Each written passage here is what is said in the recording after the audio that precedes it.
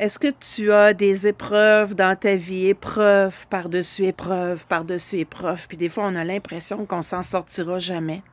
Eh bien, regarde la promesse que j'ai découverte ce matin, prends-la pour toi parce que moi, je la prends pour moi. Ici, Marlène Leblanc pour l'évangélisation et pour le corps de Christ. Merci à toi de prier, sentinelle de prière. Ce matin, dans Exode, au chapitre 18, au verset 8, je vous fais une histoire courte, là, c'est lorsque le peuple de Dieu est sorti de l'Égypte. Moïse est retourné vers son beau-père, vers Jéthro, puis il lui racontait tout ce que le Pharaon a fait. Il s'est élevé contre le peuple de Dieu, mais toute la délivrance que Dieu leur a accordée. Et il est écrit comment l'Éternel les avait délivrés. Et puis Jéthro et Moïse se sont réjouis ensemble.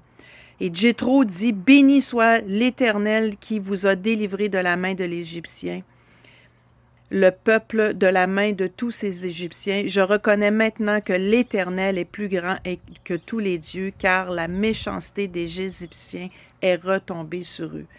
Ils sortent de l'Égypte, Pharaon court après eux, ils passent à travers les eaux, ils ont une grande délivrance. Le malheur que Pharaon, qui représente Satan, a voulu faire contre le peuple de Dieu en sortant de l'Égypte, la mer les a tous engloutis. Les deux hommes se réunissent ensemble, témoignent à quel point la grandeur de la bonté de Dieu. Peut-être que tu viens de donner ta vie au Seigneur. Peut-être qu'il t'arrive toutes sortes d'épreuves comme il m'est arrivé à moi. Peut-être que tu es dans ta marche chrétienne, ça fait peut-être plusieurs années, puis que me semble que tu t'en sors pas parce qu'il y a plein d'épreuves. Mais sois assuré que Dieu va se glorifier dans ta vie. Il va engloutir Pharaon et son armée. On sait que ça représente par rapport aux eaux du baptême que tout a été englouti. Mais parfois, après, c'est sûr qu'il y a encore des souffrances. Il est prévu qu'on ait des souffrances. Mais à travers chaque souffrance, Dieu va se glorifier. Alors accroche-toi au Seigneur, peu importe la grandeur de tes montagnes, Dieu est là.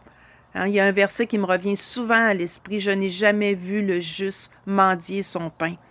L'Éternel est là pour venir nous délivrer dans toutes circonstances. Alors, garde tes yeux fixés sur Jésus. Garde foi en Jésus.